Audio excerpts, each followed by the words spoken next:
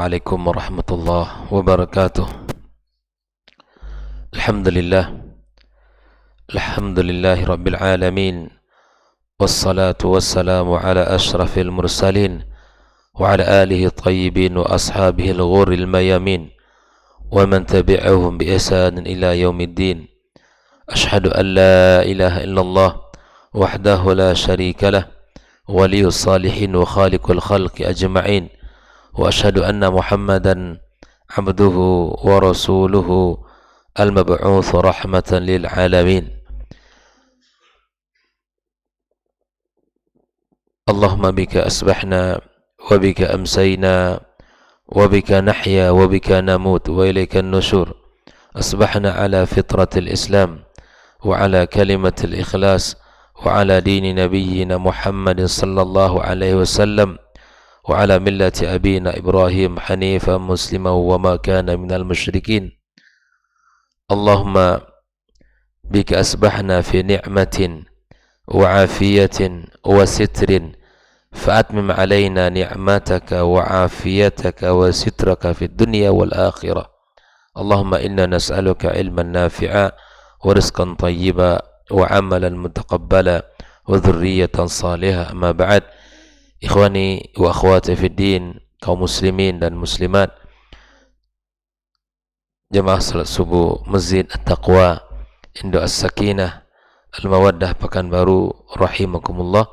Alhamdulillah, puji dan syukur marilah senantiasa kita ucapkan kepada Allah Subhanahu wa taala atas nikmatnya yang sangat besar pada pagi ini kepada kita. Kita kembali bisa menghirup udara segar, kembali kita bisa bersama-sama mengawali hari kita dengan ibadah salat subuh. Kemudian kita duduk sejenak belajar bagaimana baginda kita sallallahu alaihi wasallam melaksanakan dan mengajarkan kepada kita salat kepada Allah Subhanahu wa taala. Yang mudah-mudahan majlis ini diberkahi Allah, diliputi oleh para malaikat-malaikatnya, senantiasa dikucuri rahmat Allah Subhanahu wa taala dan mendapatkan sanjungan pujian dari Allah Tabaraka wa taala di hadapan para makhluknya. Kita mengucapkan salat dan salam kepada baginda kita sallallahu alaihi wasallam. Allahumma salli wa sallim wa barik wa an'im ala nabiyyina Muhammad wa ala alihi, kepada keluarganya, wa ashabihi, dan kepada para sahabat-sahabatnya, wa man tabi'ahum bi ihsan ila yaumiddin, dan kepada siapapun yang mengikuti mereka dengan cara yang ihsan sampai hari kiamat kelak. Jemaah yang dimuliakan Allah Subhanahu wa taala, sampai pada pembahasan pagi ini, yaitu tentang bagian akhir daripada ibadah salat kita. Setelah kita tasyahud al-awwal dan kemudian kita melanjutkan rakaat kita, menyempurnakan rakaat ketiga, kemudian yang keempat. Pada rakaat yang keempat kita membaca at-tasyahud ats-tsani, dan pada bacaan salawatnya yang sebagaimana kita bahas, di mana kita tidak membaca sayyidina sebagaimana hadisnya warid dari Nabi pada riwayat Imam Bukhari dan Muslim dengan mengatakan Allahumma salli ala Muhammad wa ala ali Muhammad kama sallaita ala Ibrahim wa ala ali Ibrahim fil alamin innaka Hamidum Majid, dan seterusnya. Dan selawat ini disebut dengan selawat Ibrahimiyah, dan inilah bentuk selawat yang paling sempurna untuk kita baca.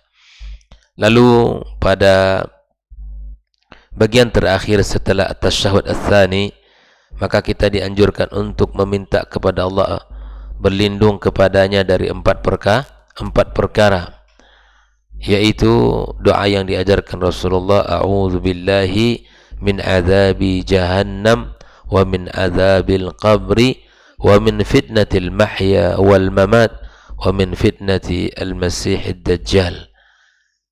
Ini 4 hal yang mesti kita minta kepada Allah di akhir salat kita sebelum kita salam.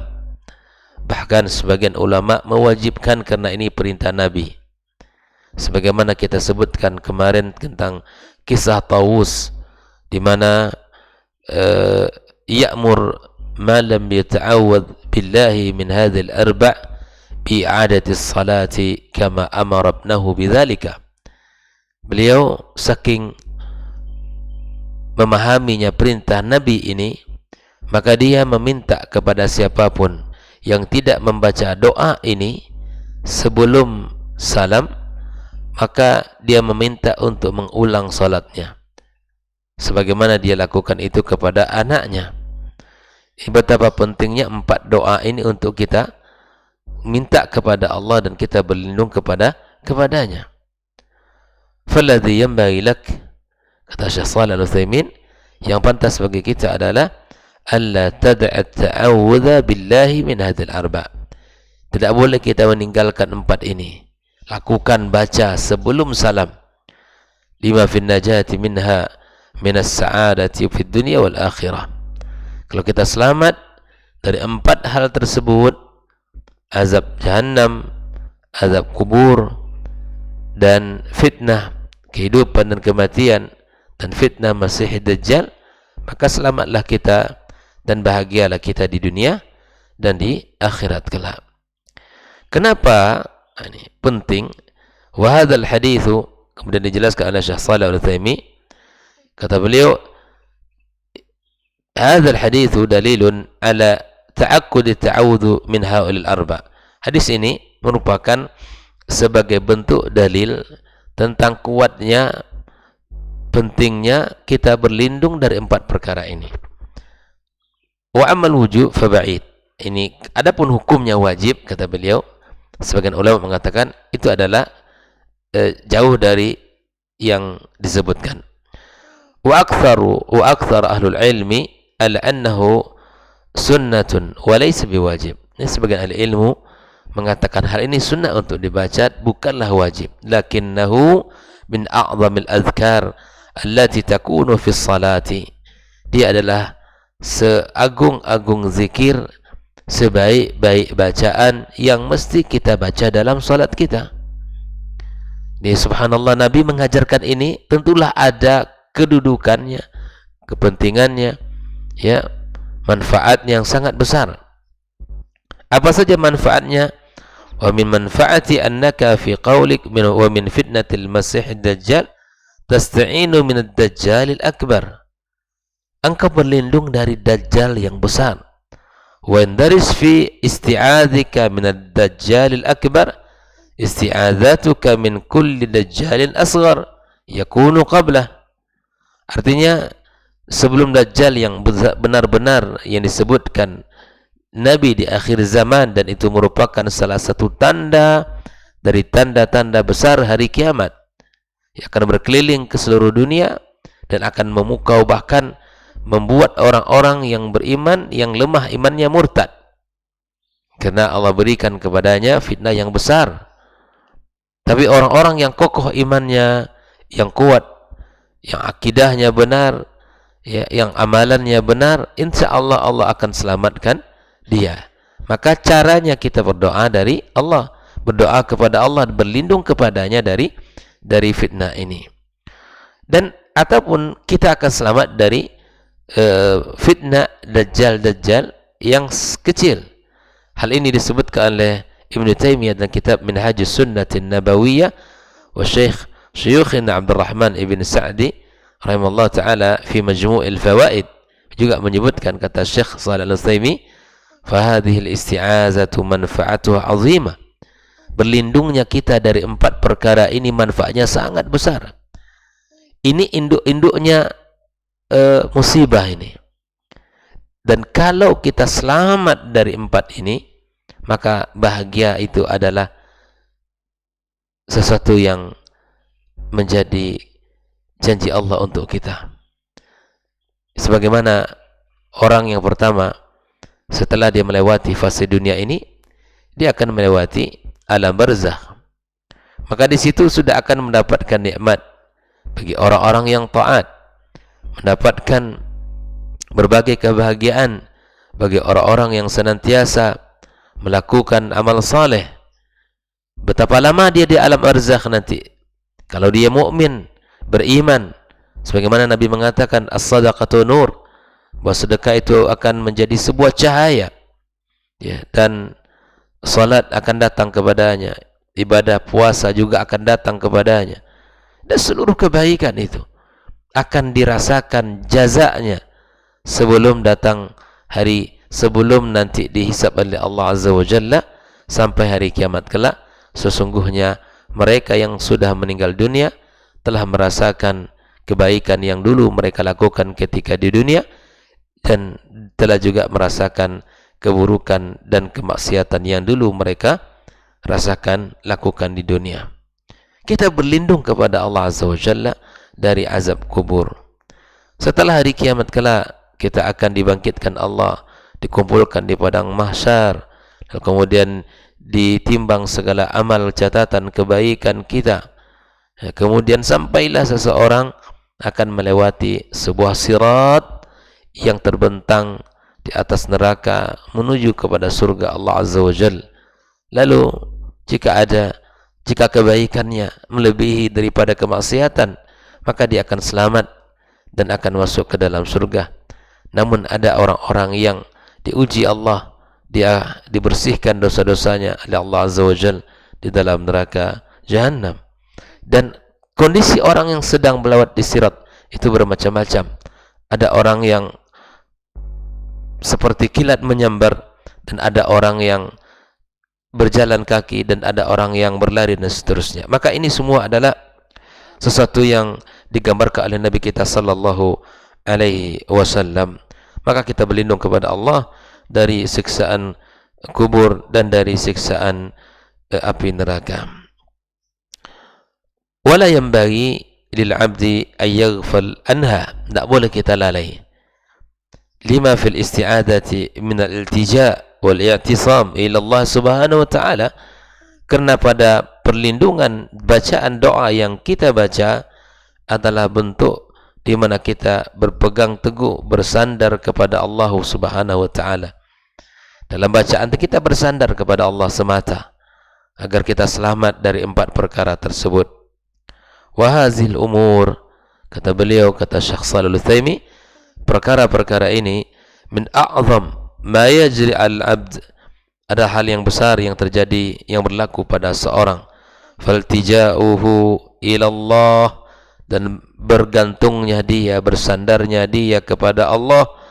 Wa'tisamuhu bihi min ahamil muhimmat, adalah perkara-perkara yang penting. Jadi hal yang paling utama untuk kita sandarkan diri kita, yang kita minta kepada Allah penjagaan atas diri kita, yang kita mohonkan keselamatan untuk diri kita dari 4 perkara ini. Selamat dari azab kubur, selamat dari azab jahannam, selamat dari fitnah kehidupan dan kematian, dan selamat pula dari fitnah al-Masih ad-Dajjal. Inilah, kata beliau, min ahammil al-muhimmat. Thumma, kemudian, ba'da hadhihi al-isti'adah, setelah isti'adah ini kita baca, perlindungan ini kita baca, yas'alullah ta'ala bima ahabba min khairi dunia wal akhirah. Lalu apakah setelah doa isti'adah itu, setelah isti'adah itu kita baca, apakah boleh kita meminta kepada Allah dengan doa-doa yang lain, dengan permintaan-permintaan yang lain? Maka di sini Syekh Shalih Al-Utsaimin mengatakan, na'am, ya, yas'alullah azza wa jalla bima ahabba, mintalah kepada Allah, mohonlah kepada Allah dari apa yang ia inginkan, min khairi dunia wal akhirah, dari kebaikan dunia dan kebaikan akhirat. Minta kepada Allah Azza wa Jalla. Artinya, bolehkah kita membaca doa lain selain doa perlindungan dari 4 perkara ini? Boleh. Ya, boleh. Dalam riwayat yang lain kita juga pernah mendapatkan Nabi SAW mengajarkan salah satu doa kepada Mu'adz ibn Jabal, Allahumma a'inni ala dzikrika wa syukrika wa husni ibadatik. Kita minta kepada Allah Azza wa Jalla, Allahumma a'inni ala dzikrik wa syukrika wa husni ibadatika. Kita minta kepada Allah agar kita bisa mengingatnya, bersyukur kepadanya, dan menjadi melakukan ibadah yang paling baik, ya, menjadi ibadah yang maksimal yang kita lakukan. Minta kepada Allah Subhanahu wa taala, minta anak-anak yang saleh, minta keturunan-keturunan yang saleh, minta keberkahan dalam kegiatan, dalam usia, dalam umur, dalam rezeki, dan banyak hal. Silakan.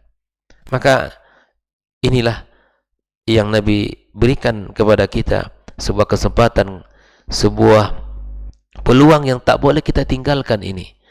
Orang beriman menikmati doa-doa dalam salatnya. Orang beriman menikmati munajatnya dalam ibadah salatnya. Wa man kariha minal fuqaha'i du'a Allah azza wa jalla syai'an minad dunya fi hadzal mahal fa huwa dha'ifun kama sayunabba alaihi al-musannif. Adapun ada di antara para fuqaha yang mengatakan tidak dianjurkan kita meminta dalam salat itu perkara dunia. Hal ini tidaklah sesuatu yang kuat, bal akan tetapi sesuatu yang lemah. Boleh kita meminta, bukan berarti kita tidak boleh minta rezeki, minta apa lagi, minta kemudahan, kebaikan di dunia ini boleh. Adapun orang yang mengatakan tidak dianjurkan, hal ini kata Syekh Shalih Al-Utsaimin fa hadza huwa dha'ifun, perkataan yang lemah. Setelah doa kita baca, maka kemudian kita qala al-musannif rahimahullah, kata Syekh Shalih Al-Utsaimin, wa ba'da dzalika, setelah doa-doa itu kita baca, setelah tasyahud tsani kita baca, kemudian doa kita baca, wa ba'da dzalik tusallim, apa? Mengucapkan salam, ya. Assalamualaikum warahmatullahi wa an yasarika assalamualaikum warahmatullahi wa bihadza tantahi shalah. Kata Syekh Shalih Al-Utsaimin, dengan mengucapkan salam ini maka berakhirlah salat. Maka salat itu kata para ulama diawali dengan takbir dan ditutup dengan taslim. Awali dengan takbir, ditutup dengan taslim.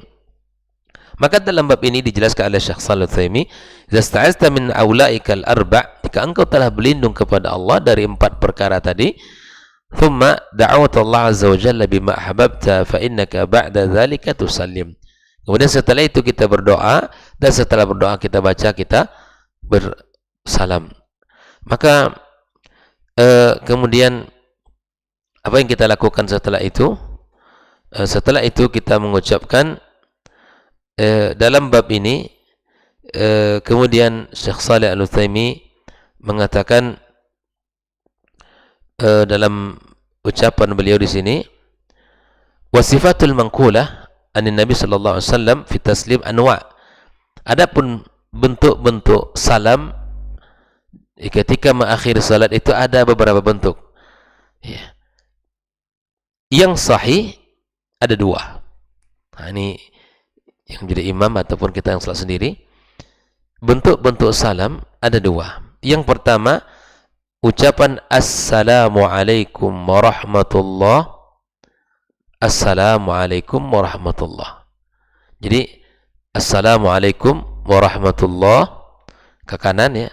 Dan itu seiring sebagaimana nanti dijelaskan di sini. Jangan muka kita masih menghadap kiblat, kemudian kita mengucapkan assalamualaikum warahmatullah baru kita ke kanan. Tidak, tetapi ikutkan perkataan kita dengan perbuatan seiring. Di assalamualaikum warahmatullah ke kanan, kemudian assalamualaikum warahmatullah ke kiri. Ini sifat yang pertama. Sifat yang kedua, cukup mengatakan assalamualaikum kanan dan assalamualaikum tanpa menambah warahmatullah. Adapun tambahan di sini jelaskan wabarakatuh. Apakah kita tambahkan assalamualaikum warahmatullahi wabarakatuh? Kata beliau begini, ya, amma ghair hadhil alfaz, arti maksud lafaz yang di atas tadi, ka ziyadati wabarakatuh fil ula atau ziyadati wabarakatuhu fil thaniya, aqulu atau qaul assalamualaikum warahmatullahi fil ula wal iktisar ala assalamualaikum fi taslimati thaniyati Fadhis sifat la tasba'an Nabi SAW. Jadi tidak ada. Kata beliau, cukup mengatakan Assalamualaikum warahmatullahi, Assalamualaikum warahmatullahi, atau Assalamu alaikum. Assalamu alaikum. Nah ini cukup dua itu kata Syekh Shalih Al-Utsaimin yang warid dari Nabi sallallahu alaihi wasallam. Wa yanbaghi, kata beliau, ayu asirul musalli fi salamihi baina harakatihi wa qawlihi, seiring antara ucapan dan perbuatan. Nah itu dia. Amma ma yaf'aluhu ba'dul a'immah, ya ada sebagian orang mengatakan mukanya wujuhum qibal al-qibla, masih ada kiblat, dia sudah mengucapkan Assalamualaikum warahmatullahi, fa hadza khilafus sunnah, kata beliau. Fa hadza khilaf as-sunnah. Oleh karena itu ini perlu kita untuk bahas, ya. Wa ma ba'dul a'imma jazakallahu khairan alladhi yabqa ahaduhum fi taslimihi daqiqatan aw akthar, fa hadha khilaf as-sunnah al-waridah anin nabi sallallahu alaihi wasallam kama fahimaha as-salaf faqalu at-taslim hadab. فالعمل بما كان عليه السلف أولى من مثل هذا التمطيط والتمديد الذي لا دليل عليه. Inilah artinya pembahasan kita, bahwa setelah kita baca tahiyat dan kita doa, lalu kita mengucapkan salam, dan bentuk salam yang sudah kita bahas seperti yang kita sebutkan tadi ada dua, Assalamualaikum warahmatullahi, dan itu diikutkan antara perbuatan dan ucapan kita, dan begitu pun kita mengucapkan salam ke kiri kita mengikutkan ucapan dan perbuatan kita sama. Wallahu ta'ala a'lam. Semoga Allah berkahi dan mudah-mudahan amalan salat kita semakin mendekati kepada kebenaran.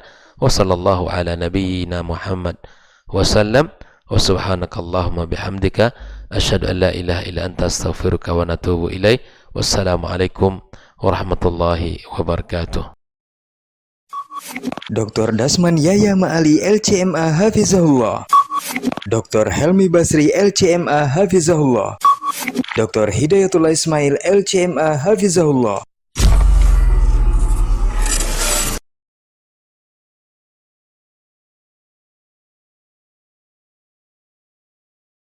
Majtama'a qaumun fi baitin min buyutillah yatluna kitaballah wa yatadarasunahu fima bainahum إلا نزلت عليهم السكينة وغشيتهم الرحمة وحفت بهم الملائكة وذكرهم الله في من عنده. Tidaklah suatu kaum duduk di salah satu rumah Allah membaca ayat-ayat Allah dan sama-sama mempelajarinya, kecuali turun kepada mereka as-sakinah, ketentraman dan kenyamanan. Wa ghasyiyatuhumur rahmah, dan mereka diliputi pula oleh rahmat, kasih sayang dari Allah Subhanahu wa taala. Wa haffat bihimul malaikah, dan mereka pun dikelilingi oleh para malaikat, karena malaikat suka majlis-majlis zikir dan ilmu.